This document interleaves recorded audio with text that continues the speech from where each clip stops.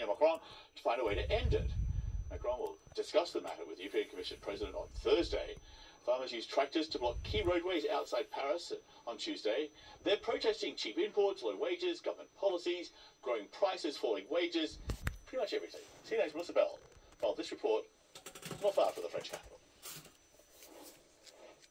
What we've seen since yesterday are these farmers who'd been spreading their discontent fairly widely across France, blockading roads with their tractors elsewhere around the country, dumping manure outside of local stores, setting tires and waste alight to try and draw attention to their anger. It had begun in the south of France more than a week ago and has now moved progressively closer to Paris. And we're now just on the outskirts of Paris.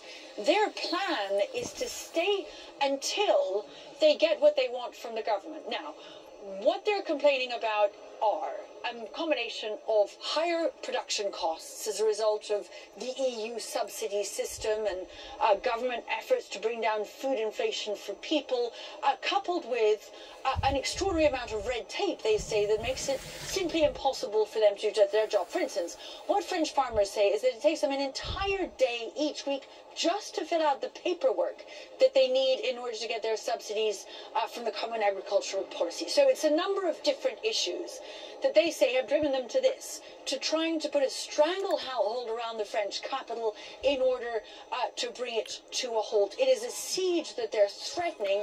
For now, just a few of these main roads into Paris are being blocked.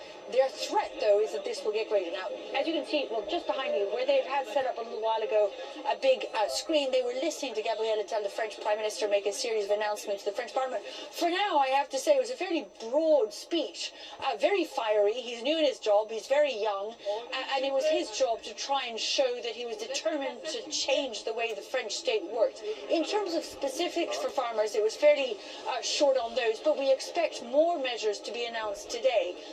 Much more crucial, though, likely to be this meeting on Thursday. EU leaders will meet. And remember that this is now a European-wide problem. Each set of farmers from the particular countries has their own set of grievances.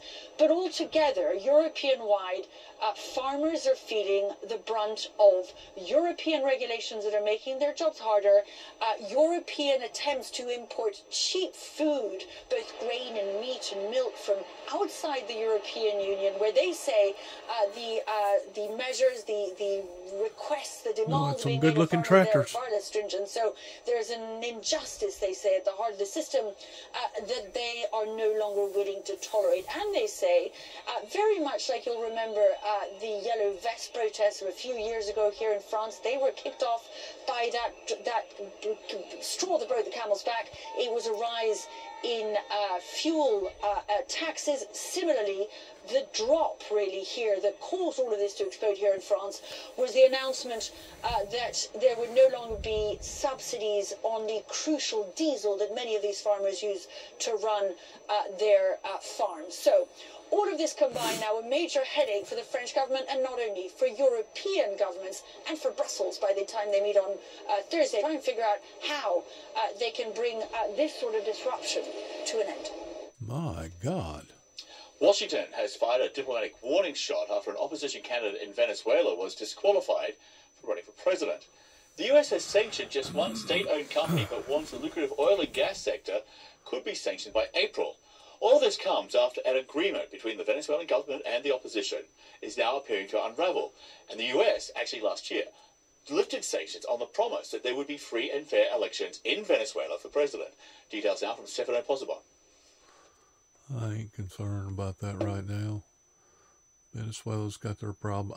Everybody's got their problems.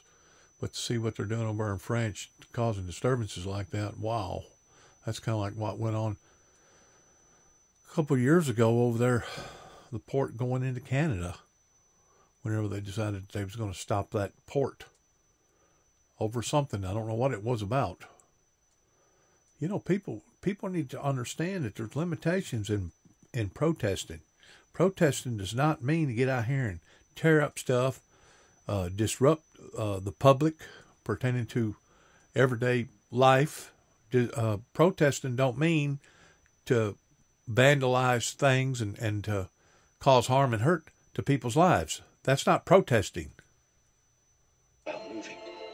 No wires or physical movement are required.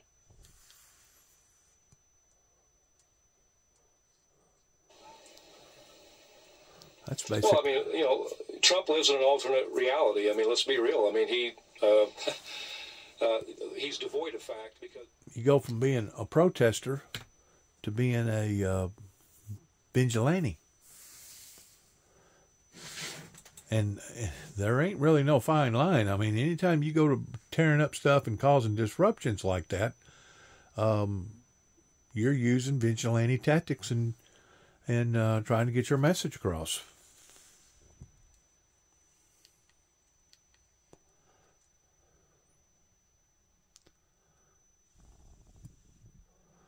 Which I guess kind of sounds kind of ironic coming from a person that wound up driving his vehicle in 1989 on the White House lawn before they put the iron fence up, toward me trying to make a statement in regards towards the opening of the first seal and the book of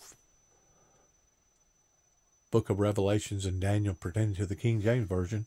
I mean, I guess really and truly, I don't have no room to talk towards me, I guess, causing a disruption with Homeland Security at the time. Whenever I done that, I had the 4 Horsemen Apocalypse display in the back of my truck, driving a red Dodge pickup truck. And wasn't but a year or two later until they wound up putting an iron fence around the White House.